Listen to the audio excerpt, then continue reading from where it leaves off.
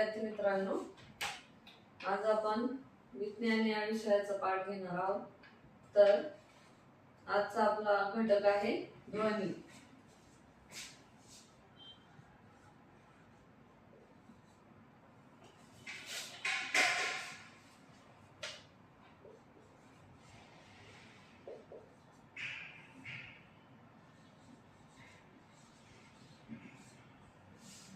तर ध्वनी म्हणजे काय तुम्हाला माहित आहे का?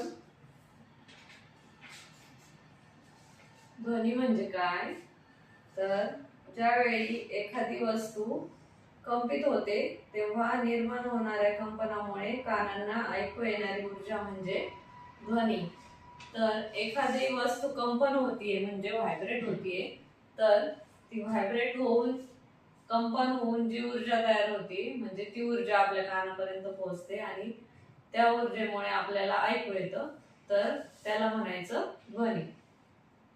तर ध्वनी म्हणजे जे कानाला आपल्याला ऐकू येतंय ती कंपन झालेली वस्तूचा आवाज, तर त्याला म्हणायचं ध्वनी। तर ध्वनीचे माध्यम कोणते कोणते तुम्हाला सांगता येतील का? ध्वनीचे माध्यम म्हणजे आपल्याला ज्या माध्यमामुळे आपल्याला आवाज येतो, आपल्या कानापर्यंत आवाज पोहोचतो, तर ध्वनीचे माध्यम कोणते? ध्वनी म्हणजे काय? कंपन। कंपन ज्या वस्तूचं कंपन होतंय, कंपनामुळे तयार झालेली ऊर्जा म्हणजे ध्वनी। आणि ध्वनीचे माध्यम कोणते?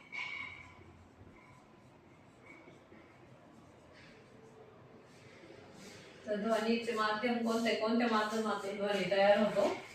तर पहिला आहे हवा। हवा जर नसती तर आपल्याला ऐकायला असतं का? नाही। हवेतून ते कंपन पास होतंय आणि आपल्या कानापर्यंत पोहोचतंय। त्यानंतर पाणी। पाणी पण एक ध्वनीचं माध्यम आहे, तर पाण्यामधून पण ध्वनी पास होऊ शकतो। किंवा घन पदार्थामधून काय होतंय? ध्वनी माध्यम आहे, तर त्यामधून सुद्धा त्याचं कंपन होऊन आपल्याला ध्वनी ऐकू येतो। तर ध्वनी माध्यमातून तरंगांच्या स्वरूपात पसरते। ध्वनी माध्यमामध्ये तरंगाच्या स्वरूपाने ते पसरतं आणि मानवी कानाद्वारे जाणवतं। तर या माध्यमातून कंपन होऊन ते आपल्या कानापर्यंत पोहोचतंय आणि आपल्याला ऐकू येते। तर ध्वनी प्रदूषण। त्यानंतर आपल्याला उपघटक बघायचा आहे ध्वनी प्रदूषण।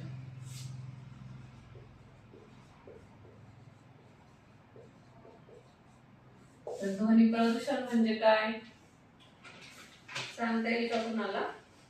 जेव्हा वातावरणात अनावश्यक कर्कश व अति प्रमाणात ध्वनी निर्माण होतात आणि त्यामुळे मानव, प्राणी व इतर पर्यावरणाच्या आरोग्यावर वाईट परिणाम होतो, तेव्हा त्या स्थितीला ध्वनी प्रदूषण म्हणतात।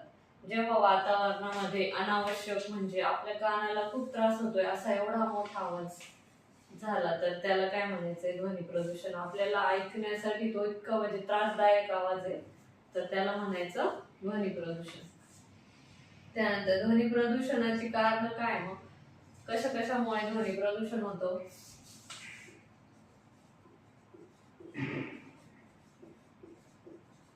ध्वनी प्रदूषण म्हणजे काय, तर अनावश्यक आवाज,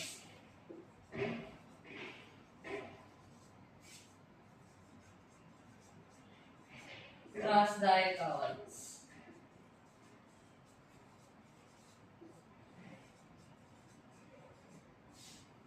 ज्या आवाजामुळे मानवाला, प्राण्यांना किंवा पर्यावरणाला त्रास होतोय असा आवाज म्हणजे मोठा आवाज म्हणजे ध्वनी, त्याला म्हणायचं ध्वनी प्रदूषण। तर त्याचं कारण काय? मग कशामुळे ध्वनी प्रदूषण होतं? तर ध्वनी प्रदूषणाची कारणे काय?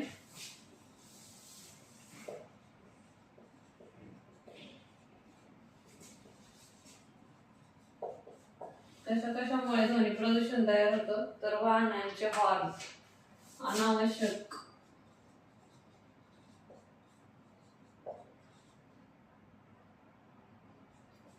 कारण नसताना हॉर्न वाजवायचंय, खूप मोठ्या आवाजात हॉर्न वाजवायचंय, त्याने काय होतं, ध्वनी प्रदूषण होतं.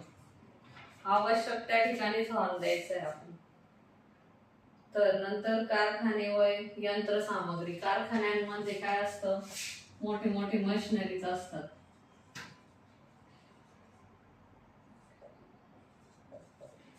तर त्या मशिनरीचा आवाज येतो, खूप मोठा मोठा जास्त आवाज येतो, त्याने पण काय होतं, ध्वनी प्रदूषण होतं. त्यानंतर ध्वनी प्रदूषण अजून कशाने होते, लाऊडस्पीकर, डीजे लावतो ना आपण, लाऊडस्पीकर लावतात, डीजे लावतात. काही जयंती झालं, आपण जयंती असते किंवा मग लग्नामध्ये खूप मोठ्या आवाजात डीजे वगैरे लावतात, त्याने पण काय होतं, ध्वनी प्रदूषण होतं. त्यानंतर अजून कुठलं कारण आहे, फटाके लावतो आपण, फटाक्याने पण काय होतं, ध्वनी प्रदूषण होते. त्यानंतर दुष्परिणाम काय, मग ध्वनी प्रदूषणाचे दुष्परिणाम काय होतं, जास्त आवाज ऐकला तर कानांना बरं वाटतं का, नाही. तर काय होतं, ऐकण्याची क्षमता कमी होते. आपल्याला सारखं सारखं मोठा आवाज ऐकून ऐकून ऐकून काय होतं, कानाची क्षमता कमी होत जाते, कानाची क्षमता कमी होत जाते. तर त्याला म्हणायचं ध्वनी प्रदूषण. अजून काय आहे दुष्परिणाम, डोकेदुखी, तणाव व चिडचिड तयार होते. तर जास्त आवाजामुळे काय होते, आपली चिडचिड होते. झोप न लागणे, झोप पण येत नाही आपल्याला, जास्त आवाज. बाहेर जर डीजे वगैरे चालू असेल तर काय होतं, झोप लागत नाही. त्यानंतर काय होतं, काही वृद्ध वयस्कर माणसं असतात, त्यांना जर डीजे बाहेर चालू असेल तर काय होतं, बीपी वाढतो, त्यामुळे रक्तदाब कमी जास्त होतो. विद्यार्थ्यांच्या अभ्यासावर परिणाम होतो. एखाद्याची परीक्षा चालू आहे, मग बाहेर जर डीजे वगैरे लावलेला आहे तर काय होतं, त्यांना अभ्यासाला त्रास होतो ना.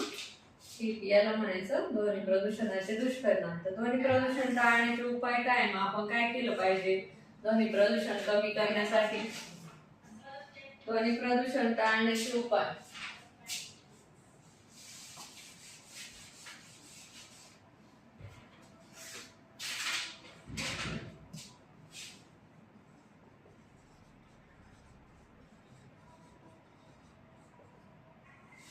ध्वनी प्रदूषण टाळण्यासाठी काय काय करायचंय आपल्याला, अनावश्यक हॉर्न वाजू द्यायचा नाहीये, अनावश्यक हॉर्न वाजवायचा नाही. जिथे आपल्याला उपयोग म्हणजे आवश्यक आहे तिथेच हॉर्न द्यायचा आहे. त्यानंतर लाऊडस्पीकरचा मर्यादित वापर करायचा आहे. लाऊडस्पीकर जिथे काम आहे तिथेच लावा तुम्ही, अनावश्यक उपयोग करायचा नाही. झाडांची लागवड करायची आहे, झाडांमुळे थोडंसं ध्वनी प्रदूषण कमी होईल.